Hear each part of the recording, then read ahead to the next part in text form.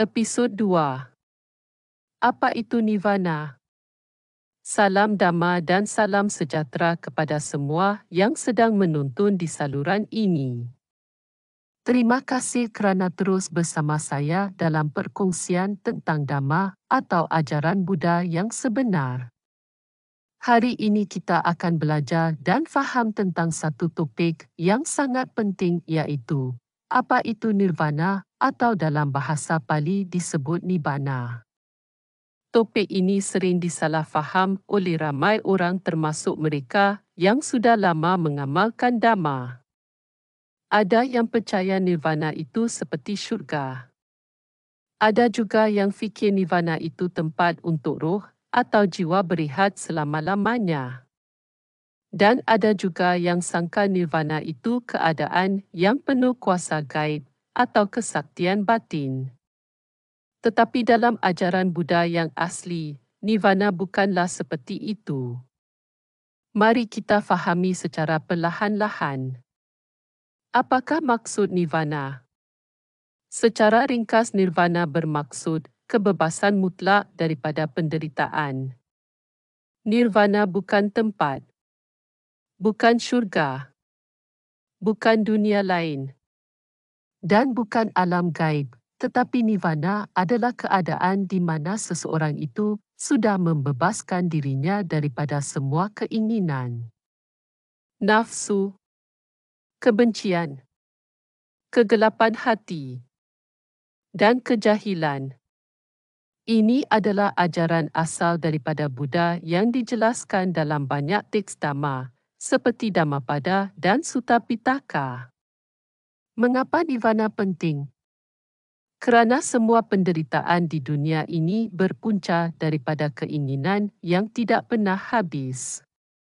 Kita inginkan kesenangan. Kita tak mahu penderitaan. Kita mahu ini dan itu, tetapi semua itu adalah punca dukkha atau penderitaan. Buddha mengajar bahawa sesiapa yang berjaya memadamkan keinginan ini, mereka akan bebas daripada penderitaan dan itu dinamakan Nirvana. Bagaimana kita boleh mencapai Nirvana? Ini adalah soalan paling penting. Jawapannya ialah melalui jalan tengah atau jalan 8 lapis yang merangkumi pandangan yang betul, niat yang betul, perkataan yang betul, perbuatan yang betul, cara hidup yang betul, usaha yang betul, kesedaran yang betul, meditasi atau perhatian yang betul. Ini bukan jalan mudah. Tetapi sesiapa sahaja boleh memulakannya walaupun sedikit demi sedikit dalam kehidupan harian mereka. Adakah seseorang yang mencapai Nirvana akan dilahirkan semula atau masuk ke syurga? Ini juga adalah salah faham yang sangat besar dalam kalangan ramai orang. Jawapannya ialah, sesiapa yang mencapai Nirvana tidak akan dilahirkan semula lagi. Tidak masuk syurga. Tidak masuk neraka. Tidak lahir di mana-mana alam, kerana punca kelahiran semula adalah keinginan dan nafsu yang belum padam. Apabila seseorang itu sudah memadamkan semua keinginan dan mencapai Nirvana, maka kitaran kelahiran semula itu akan terhenti. Ini yang Buddha sebut sebagai pembebasan mutlak. Rujukan dari Sutta Pitaka, Itivuttaka 43. Bagi orang yang telah memadamkan keinginan dan memusnahkan akar penderitaan, tidak ada lagi kelahiran, tidak ada lagi kematian. Kesimpulan.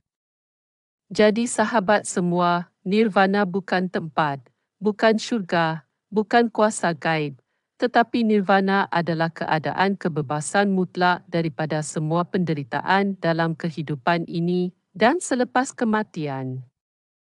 Inilah matlamat tertinggi dalam ajaran Buddha, dan inilah sebabnya kita belajar Dhamma dan berlatih meditasi, mengawal diri, dan memperbaiki hati kita setiap hari. supaya suatu hari nanti kita semua boleh mendekati keadaan nirvana ini walaupun secara perlahan-lahan. Terima kasih kerana menonton. Jangan lupa subscribe saluran ini untuk sama-sama belajar tentang Dhamma yang sebenar. Jumpa lagi di episod seterusnya. Salam damai dan kebahagiaan kepada semua.